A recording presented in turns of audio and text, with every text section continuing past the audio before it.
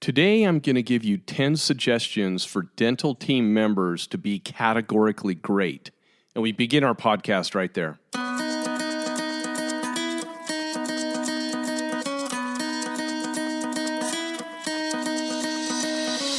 Computers are live, mixers up, levels are good, equalizers good, ready channels 1 and 2. Mic is live in 3, 2, 1, roll it. Welcome, listeners, to the My Practice, My Business podcast, where we teach dentists and their teams how to reclaim forgotten profitability in dentistry with our clinical business of dentistry training. And now, the host of our show, the clinical director at My Practice, My Business, Dr. Rob Thorup. We've all experienced these statements at one time or another in our careers. I'm the front office, and I don't do instruments. Another one, don't we have cleaning people to clean the office? How about this one? I'm an assistant. I don't do treatment plans or anything front office. And then there's this one. No, that's not my job. Ask so-and-so to do it. I'm not comfortable with that. And then the last one. That's what you hired so-and-so to do. That's not going to work for me. Okay, we all could add to this list of what team members, including us docs, say to avoid doing hard things and never blooming where we're planted, never exceeding beyond categorically average. We term this category failure because we all know if you are not increasing in knowledge, skills, and ability, you truly are slowly in reverse. However, there is good that can come out of this because for every failure in category, we also see opportunity as leaders to help our teams become great again. Dental offices are light years, light years ahead of medical offices when it comes to customer service. Medical offices have zero recall. I have yet to find one unless you're in one of those offices where you're paying for concierge services in medicine. I have never seen one with any kind of recall. They hardly recognize you when you enter the door. They don't call you by name. Please have a seat. Thank you. Okay, as a new patient, they honestly make you feel like they are doing you a service by seeing you. And the list goes on and on. But what about your patients in your dental practice? How many times have I seen the doc or staff really not engage in conversation when the patient/client sits in the reception area? Have you ever seen an auxiliary front office member or office manager walk around the front, engage with the patients who enter the front office and recognize the patient in the reception area? My favorite is the doc with the lowered, non-eye contacting head drop while walking past the patients. I know because I've so been there. Some days I just don't want to talk to anybody, okay? So that's me, but I try to not do that 95% of the time, okay? I don't do it anymore, hardly at all, and neither should you. That's actually a human being sitting out there getting ready to share their income with you in one form or another. Respect them as such.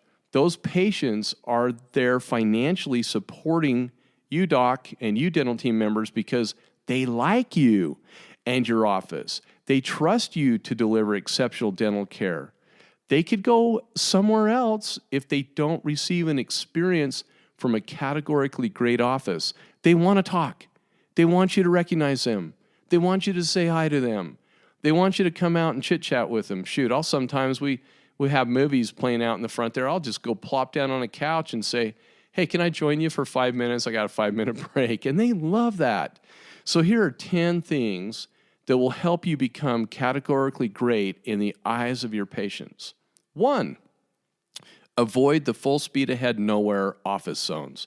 You know the zones, the break room, the doctor cave, or my favorite place, the I'm invisible to everyone computer screen that keeps you in a trance, not realizing the patient's standing 3 feet away. I've seen staff pretending to be doing something on the computer even if they are doing something. I see the doc hide in their caves and the ever run and check my all-important cell phone break room. Docs, please use precious downtime to teach something new to your team or fine-tune a skill. Staff, do a well check on a patient from the day before or fill a hole in the schedule. I could list a bunch more ideas here, but you get the point. 2, increase your situational awareness. If there is a piece of garbage on the floor, pick it up. If instruments are piling up, do some sterilization. Situational awareness means keeping your eyes open, scanning constantly to look for things to do, not sitting there in a trance. Keep up on supplies and don't run out of stuff that requires you to look in the drawers and the cabinets. Take ownership of your office.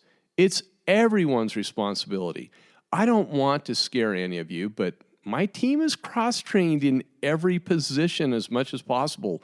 We're like a special forces unit, meaning we all have our areas of responsibility that we have to be accountable for. But if someone gets sick or busy or just missing for some reason, like chatting with other dental offices in our building or Facebooking in the bathroom, yeah, I know. Each of us can pick up the slack if that team member's missing. So own it. 3, vision plus determination equals success. I have taught this for years. Why is it most difficult for football teams to score in the red zone? Why is it? Because, and the red zone is at like 20-yard line in, all right, to the goal. Because the defense doesn't have to cover as much turf. That's why it's tough. And they make it up, they make it more difficult for the offense to score when there's less zone to cover.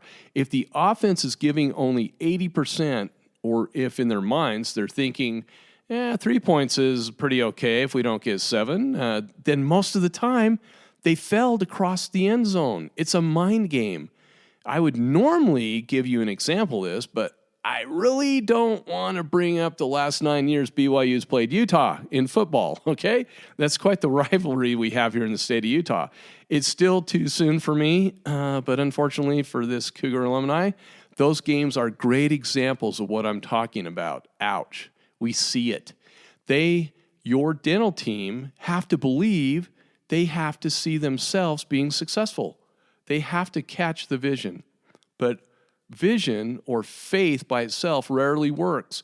They have to combine it with action or determination, or giving it a 100% effort. That determination, added with the practice's vision of what can be, is where success happens. And failure rarely shows its ugly head. Give your job 100% all the time, even if it hurts. 4, know your KPIs and exceed your monthly goals. I'm not talking about exceeding them by, landslides. Small incremental increases in your goals are increases in goals. I am so dumbfounded with the number of practices who have no idea what their numbers are. KPIs, or key point indicators, are statistical information regarding the practice. These are things like production totals, collection totals, top 10 procedures, top 20 procedures, active patients, and more. I pay each of my team members a base hourly rate followed by a percentage of collections beyond our base direct operating costs for the practice. It truly is the best way to pay, and it incentivizes your team. Believe me, team, that you'll pay attention to these numbers when you're given ownership of them, and you're in control of your own financial destiny when you're paid like that. Docs, think about that. Think about it, staff. If staff is paid like the practice owner, like me, doesn't that give you ownership in all that you do? My team calls this forced ownership. I call it being responsible adults. But they love being paid like this. The acronym of the word team has a different definition in my office. It doesn't stand for together everyone accomplishes more. It stands for together everyone achieves more. And why not?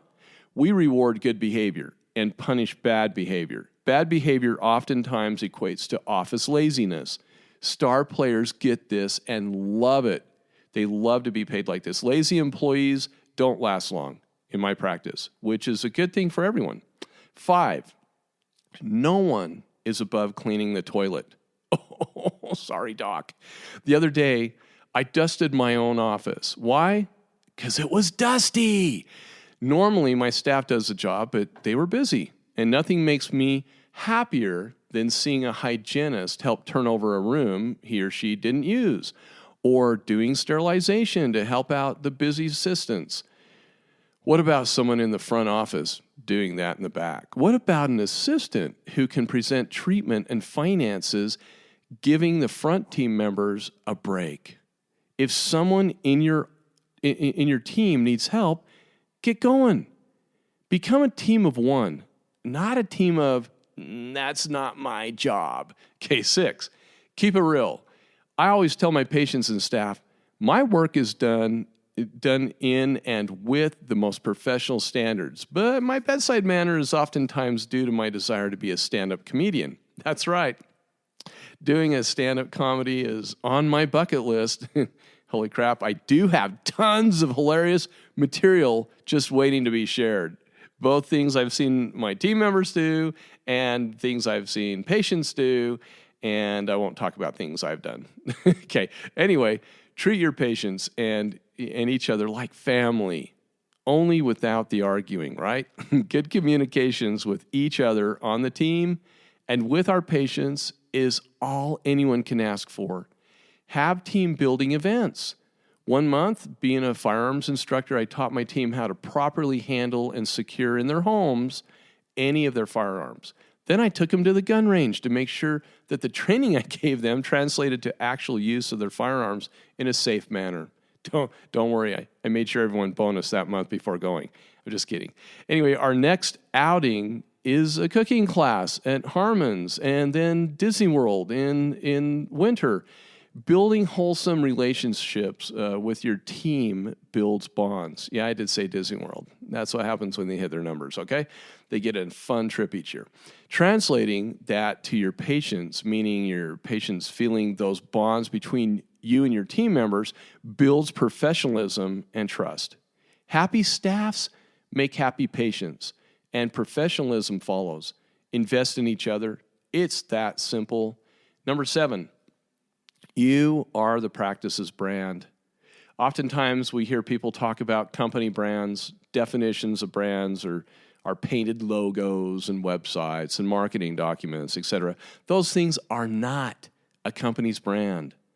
Your company's brand is simple. It's the promises you make to your patients in doing high-quality dentistry and the promises you make to each other on the team and fulfilling those promises. And most important, the delivery of those promises is critical. Logos, websites, literature, dress codes, grooming codes, those are all extensions of the brand. Delivering on the promise is what your patients talk about with each other. Making good on your promises to each other in work ethics and payroll is what people within the profession talk about amongst each other. Keep that brand honest and true. 8, put the patient above all else. That's a pretty simple concept, right? Over-deliver on customer service.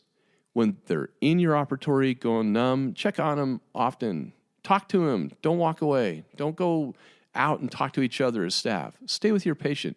Greet with a smile, a handshake, a hug. Know your patient's personalities. Know their lives. The dominant ones get quick professional attention in a kind, loving way. Then we kick them out. Your interpersonal and influencing personalities need your time, kindness, and understanding. Talk with them. And then there's your compliant personalities. You don't even enter the picture with them. Just go over the data and material composition with everything. For those personalities, they love detail. That will make them happy. Bottom line, give all your patients that Disney experience. It's my excuse to vacation at Disneyland yearly to keep my customer service skills fine-tuned. I know I mention Disney Corp often, but think about it. Those Disney employees and managers have to impress all of us who go there 24/7, 365 days a year. They are pumping out their protocols every day. their business model for customer service is definitely one to mimic. And I strongly feel that all of us should attend Disney University at some point in our careers. What a great place to go. Earlier is better. I don't just go to Disney entities to observe and learn from their customer service. I also allow my inner child to sneak out and have fun. So these are things that we should pick up on early in our careers, but there's no time like now to learn. Number 9, run on time. Being late to work is rude and disrespectful to everyone you work with, including the patient, obviously. Nothing shows more respect than an employee who is early, prepares for the day, says good morning and means it. If you party on the weeknight, you are asking for trouble. Eat properly, get the rest you need, and be prepared for the day. If you're a working mom or a single parent, God bless you. I always work with my team members who fall into those categories because they do have a tough job. So I just ask you to do your best, and we're like family, so we support each other. We all have circumstances to deal with, and we should give our team members real latitude that they need, but I also have expectations from my team members to honestly do their best. The unfortunate truth is business, and some employers are not as forgiving as others. Just don't let your tardiness become a badge of honor, or you're going to be working somewhere else. I can promise you that.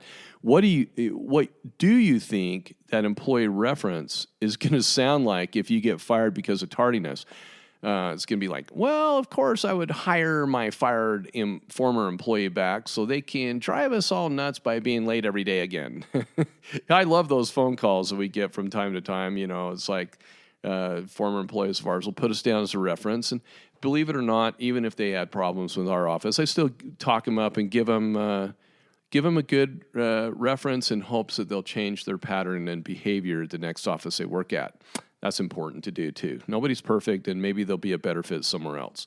Number 10, do your best.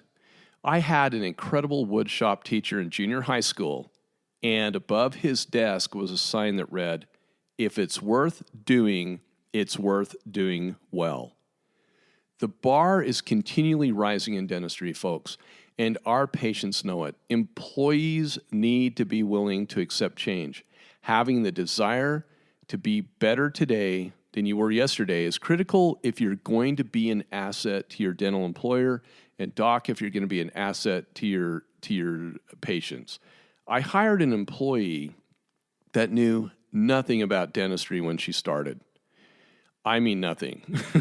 But she was one of the fastest learners I have ever seen in my career. One night I talked with her father, who I knew pretty well, and that's how she kind of got the job. And it's always dangerous hiring those people, right? But he expressed, I expressed my gratitude to him and his wife raising such a wonderful daughter, and how quick she learned the industry. And he told me she would watch and study procedures on YouTube at night after work. She Googled the products that we use each day and read all she could about them. That's doing your best from the start as an employee. No wonder she learned so fast. Think about that one. What a great idea when you have a new hire who doesn't know much, or a new hire who's been trained but still doesn't know much. Have them do that. Google, you can learn anything on Google. Shoot, Dr. Google will tell our patients everything that they don't need to know, or is a falsehood too. So be careful where you send them. But you can pick up such wonderful information on Google. That's a great place to send our team. Well, lead by example, folks. Many of you who have come to our seminars or who have heard me speak know that I always teach the dentist owner, they're the CEO, and of the typical doctor-owned practice. You are the CEO of your company. And leadership starts from the top down. Whether you're a new hire or the CEO, you have the ability of being categorically great. These 10 suggestions are by no means the only magical things to do to be amazing, but they're a great start. Take ownership of what you do. Bloom where you're planted. Being the best at what you do only requires minor course corrections of doing what's right all the time. And on those days that you fell, and we all fell, just get back on course and do it with a smile. Thank you so much for tuning into the My Practice, My Business podcast. You can find additional podcasts you may have missed that will help you with your dental practice at Apple iTunes Podcasts. And remember to become a subscriber to our podcast. Many of you have asked how to help support the My Practice, My Business podcast. If you have enjoyed the program and information you received today, the best way to help is to leave us a 5-star review. Thanks again for allowing us to be a part of your day.